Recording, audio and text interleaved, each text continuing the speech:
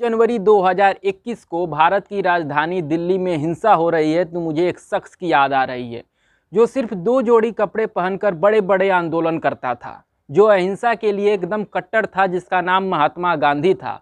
23 पुलिसकर्मी के मौत पर उन्होंने नॉन कोऑपरेशन जैसा सबसे बड़ा मूवमेंट को खत्म कर दिया था। नमस्कार दोस्तों, इस बार का गणतंत्र दिवस इसलिए नहीं याद रखा जाएगा कि विश्व का सबसे बड़ा लोकतंत्र अपना 72वां गणतंत्र दिवस मना रहा है, बल्कि इसलिए याद रखा जाएगा कि दिल्ली के बीचों बीच हिंसा हो रही है, और वो भी लहूलुहान हिंसा। किसान और पुलिस आपस में लड़ रहे हैं। कुछ लोग कह रहे हैं लड़ने वाले प्रदर्शनकारी हैं, कुछ लोग कह रहे हैं कि किसान हैं, तो कुछ लोग उनको दंगाई भी बता रहे हैं। आइए दोस्तों, इस वीडियो में जानते हैं इसका पूरा सच कि लड़ने वाले लोग कौन है और कहां से आए हैं। आइए जरा डेट वाइज रिफ्रेश कर लेते हैं। 17 सितंबर को फार्म्स बिल लोकसभा में पास हुआ और उसके 2 दिन बाद राज्यसभा में। आपको याद होगा कि राज्यसभा में कैसे मारपीट हुई थी। ये बिल पास करते वक्त स्पीकर तक को नहीं छोड़ा गया था। उस समय कोविड की मारामारी चल रही थी, लेकिन सरकार ने पिछले दरवाजे से सोचा कि इस बिल को पास कर लेंगे।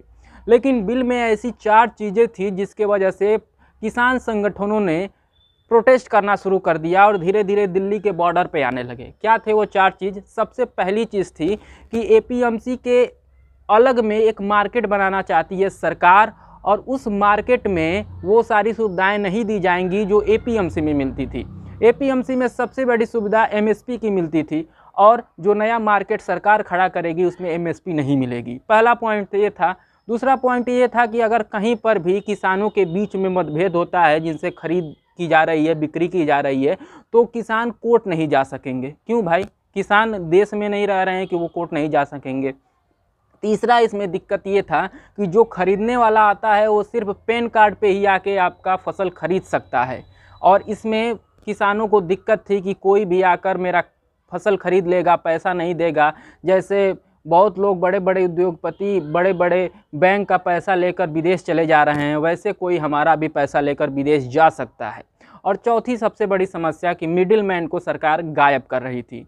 इन चारों मुद्दों पर सिंघू बॉर्डर की तरफ बढ़ रहे थे किसान, और उनके बीच पुलिस खड़ी थी जो जिसका सरकार के इशारे पे काम कर रही थी। कहीं पर सड़क तोड़ दी, कहीं पे आंसू गैस के गोले फेंक दिए, लेकिन फिर भी किसान नहीं माने, और आज 2 महीने से सिंघू बॉर्डर पर प्रोटेस्ट चल रहा है। मूड बड़ा साफ था दोस्तों, सब कोई किसानों के बारे में सोच रहा था, किसानों के बारे में बोल रहा था कि किसान अपने हक के लिए लड़ रहे हैं, सरकार खराब है, सरकार के डिसीजन खराब हैं।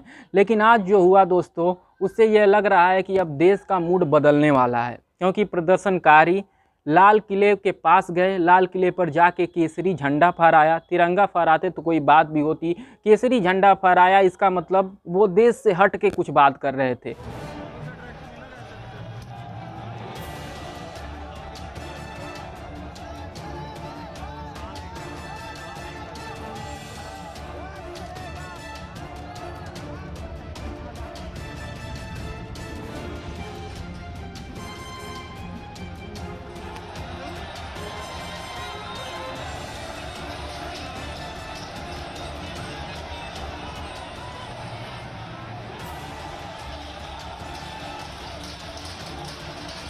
शुरू में ही सरकार बोल रही थी कि इसमें खालिस्तानी एलिमेंट हैं, और दोस्तों समझ सकते हैं कि जो हिंसा करेगा वो किसान नहीं होगा। अगर आप हिंसा कर रहे हैं तो आपका मूल्यांकन सीधे हिंसक श्रेणी में आ जाएगा, किसानों की श्रेणी में नहीं आएगा। और यहीं पर मुझे लगता है कि जैसे हर प्रोटेस्ट खत्म हो जाता है, हर प्रोटेस्ट में ऐसे एलिमेंट घुस जाते हैं जो प्रोटेस्ट को ख़त्म करने के लिए दम लेते हैं, वही अब किसान प्रोटेस्ट के साथ भी हो रहा है। तो लेकिन अभी भी हम लोग को सोचना चाहिए कि किसान जिसके लिए लड़ रहे थे बात उसी पे रहे। सिर्फ आज के मुद्दे पर लोग बट ना जाएं कि किसान के साथ जो प्रदर्शनकारी थे उन्होंने हिंसा किया, इसलिए हम किसान के प्रदर्शन को सपोर्ट नहीं करेंगे। किसान के प्रदर्शन को हम लोग अभी भी सपोर्ट कर रहे हैं, लेकिन उस एलिमेंट को जो हिंसा फैला रहा है उसको हम लोग बिल्कुल सपोर्ट नहीं कर रहे हैं। और हम भी अभी भी गांधी के देश हैं, गांधी के सत्याग्रह के देश हैं, गांधी के अहिंसा के पुजारी वाले देश हैं। तो अहिंसा पे ही टिके रहें तो ज़्यादा बेहतर है। उम्मीद है दोस्तों आपको ये वीडियो इन्फॉर्मेटिव लगी होगी, आपको एक नया पक्ष सोचने को मिला होगा। अगर ऐसा मिला हो तो चैनल को सब्सक्राइब करें, वीडियो को लाइक करें। बहुत बहुत धन्यवाद। Press the bell icon on the YouTube app and never miss another update.